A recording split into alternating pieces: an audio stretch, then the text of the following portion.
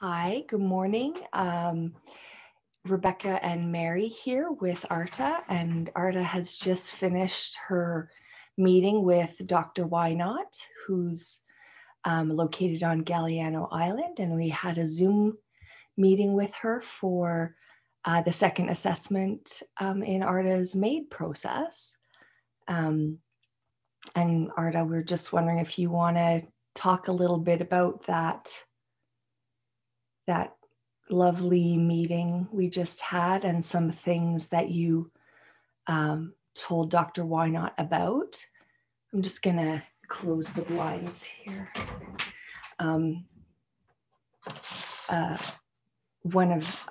You can tell people whatever you want. One of the things I really appreciated getting to hear you talk about was choice in this process, and how you've come to this place in your life, and how your feminist work around women having access to choice in their life has led to this place in your life. Thank you.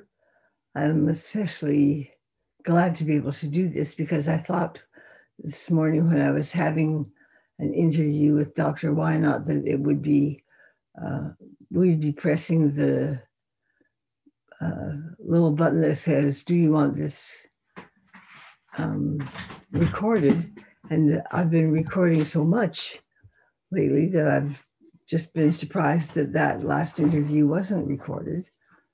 Because it was a healthcare Zoom meeting. Yes, and the doctor explained to me it was private. It was done through a private way of accessing healthcare. And then after she explained that on, we went with the interview. So there were 4 questions. Did I understand one of them, did I understand what was happening to me? Did I understand how this would take me forward in a new journey?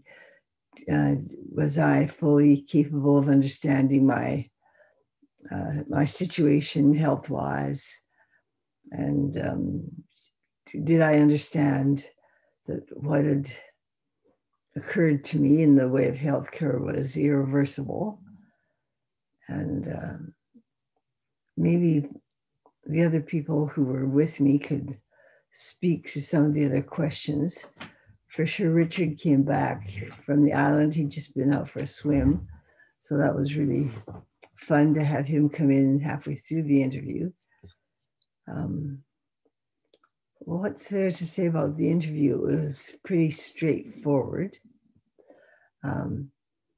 She asked questions and I answered them. So I liked that part of the interview. It was glorious.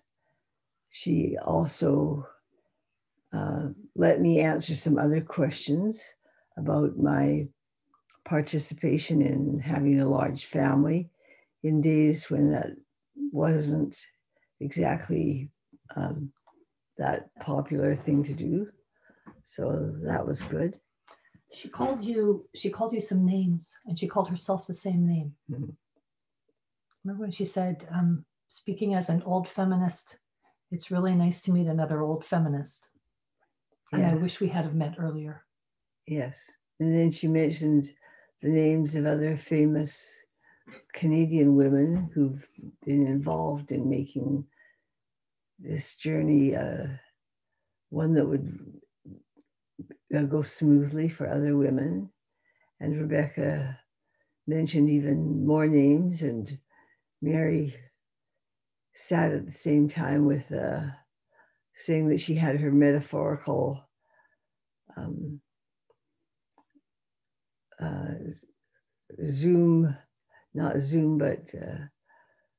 Mary said she felt like she had her metaphorical instruments with her.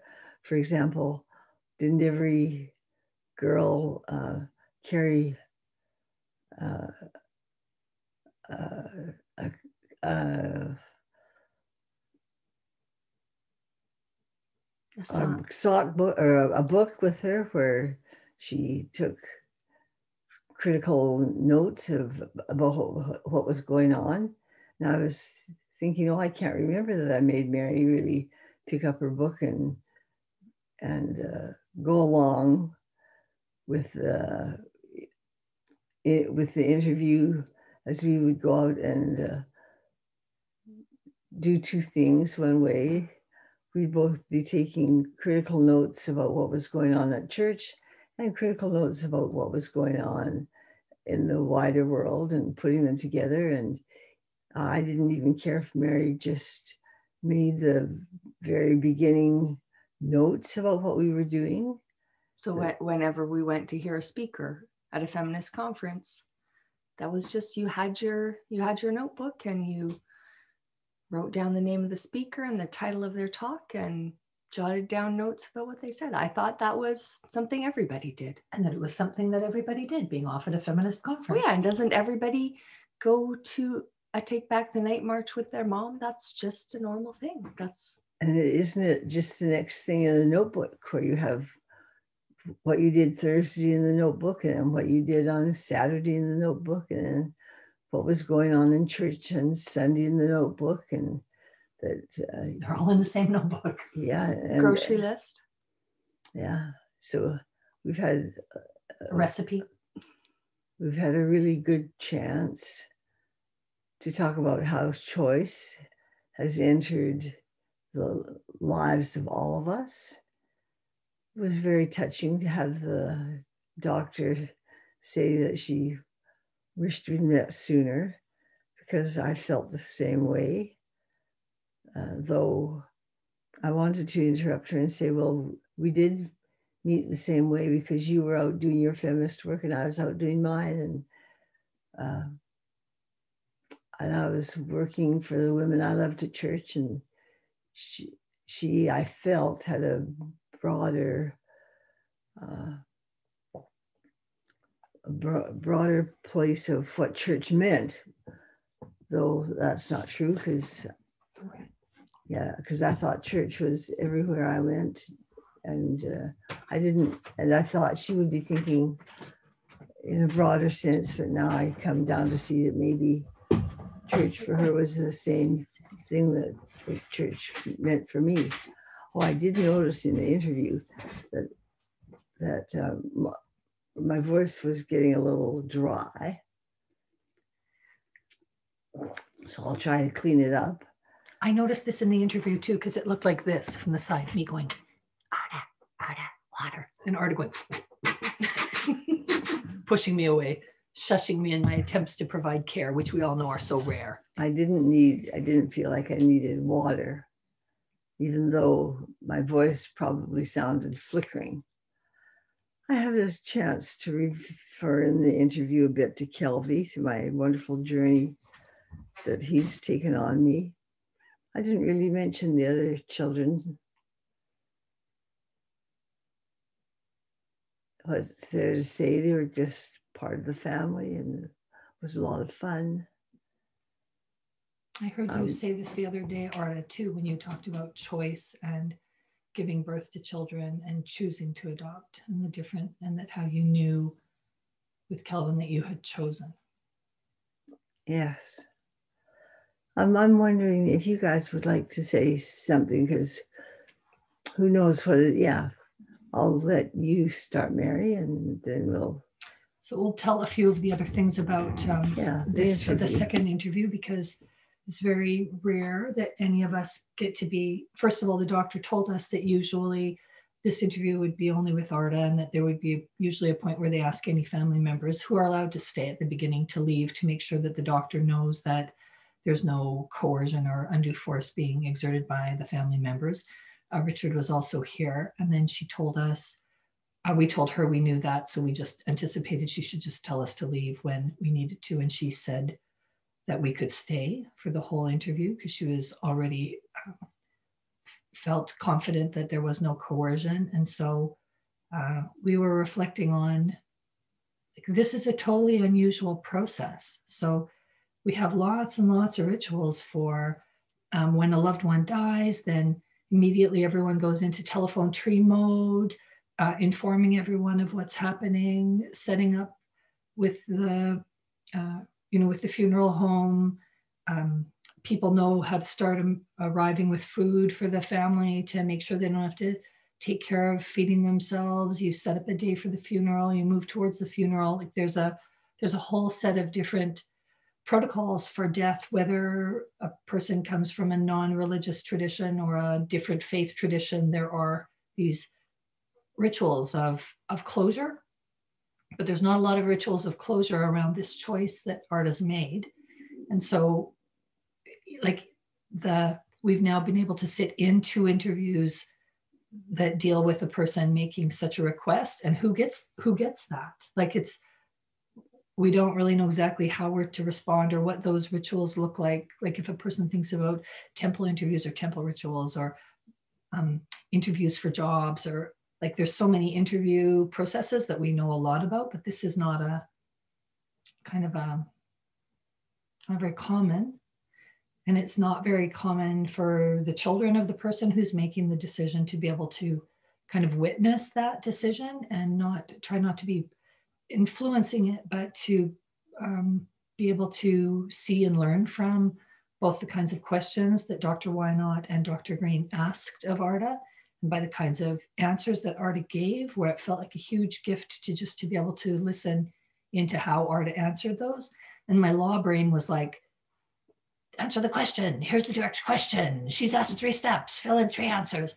And then Arta would provide an answer. And then at the end of it, say, well, I'm sure I've gone off your question, but the source of what Arta had answered was like a huge gift, really.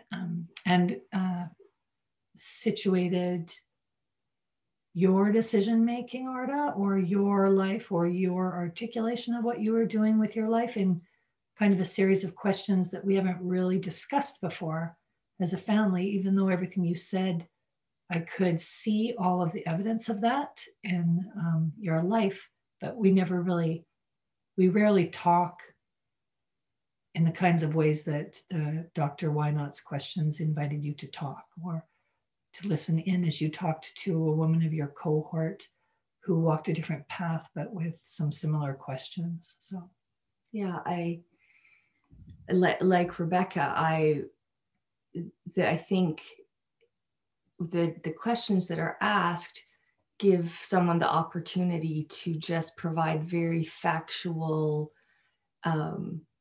responses with evidence of, I used to be able to garden for 12 hours. Now I can't do that.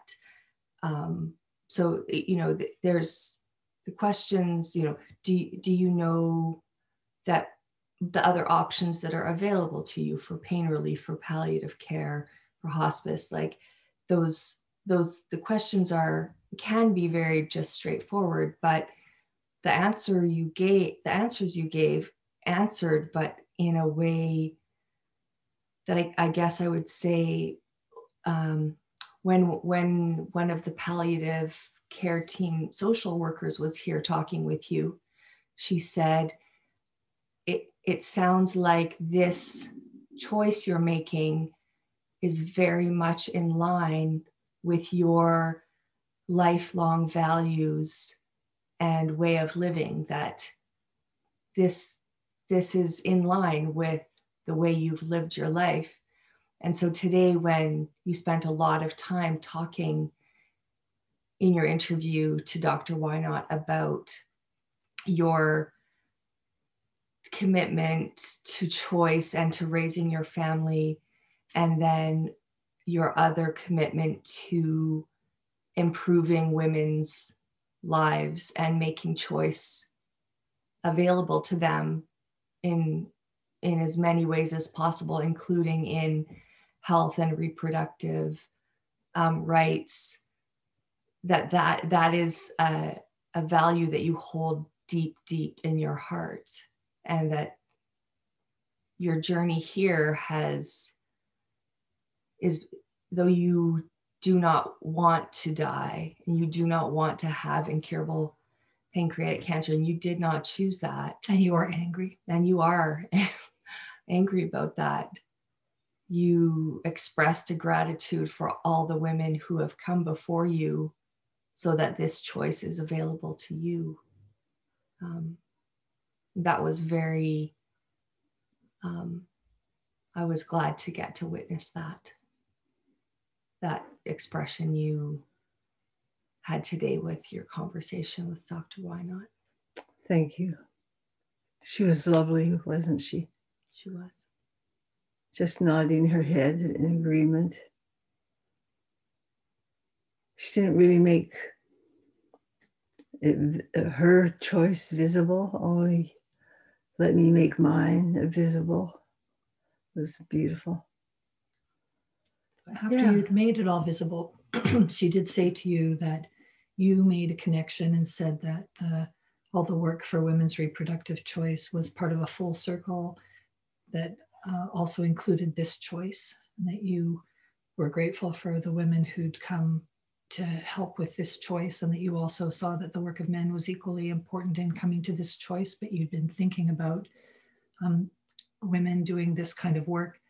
And she said that it was interesting that you brought that up, because when she looked around at the people that they're working with, with the eyes of the old feminist, that there were a lot of those women who had been involved in the one earlier movements were also now doing this work at this end of it. So she thanked you for making visible or noticing connections between kind of the work those women had done that people might think was a different kind of work, and this work linked by commitment to choice and autonomy for everyone. That was lovely. I also want to say, I don't know if I was able to describe to her how important it is that this kind of choice be available to me, that I can freely make the choice to live or die, and that how cross I am, that what I thought was free choice of being able to live or die, we both agreed, no, it's not a choice for me. I drawn the penny at this end of the line where this is not about choice for me. I am going to die. There's nothing I can do to change that. And she recognized it and I recognized it. And for what it's worth, I know there's nothing I can do to change things. So in a way, I'm not doing it's in my mind, I'm not doing the brilliant work that's been done by others. I'm just here kind of filling out my forms and getting the blessing of living my life as I would want, living both in it and dying in it. So I'm so grateful for that. Some water, Arta? Pardon? Oh, my water. And now she can go to me again. And this process, I think, acknowledges that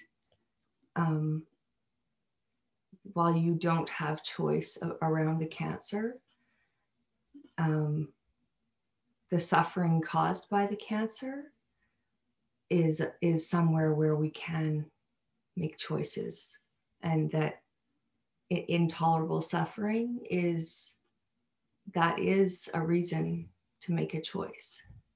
Yeah. And you don't have to have intolerable suffering. And the women who came before, the people who came to court, Sue Rodriguez, the judges who made the decisions that yes, there should be a choice around whether you have to endure that suffering or whether you have a choice. That is a right that women should have, and men, to make choices around that. Yeah. I think I'd like to say I've said everything I'd like to say. Maybe I'll invite Mary and Rebecca to say last few words if they'd like to do that. I'm going to reach over and hit end on the Zoom. No, she's not. Because no, she's not. I'll get there first. Where do I find that button? Yeah, competency. So the question of if you're competent to make a choice to stop the Zoom meeting, that's mine.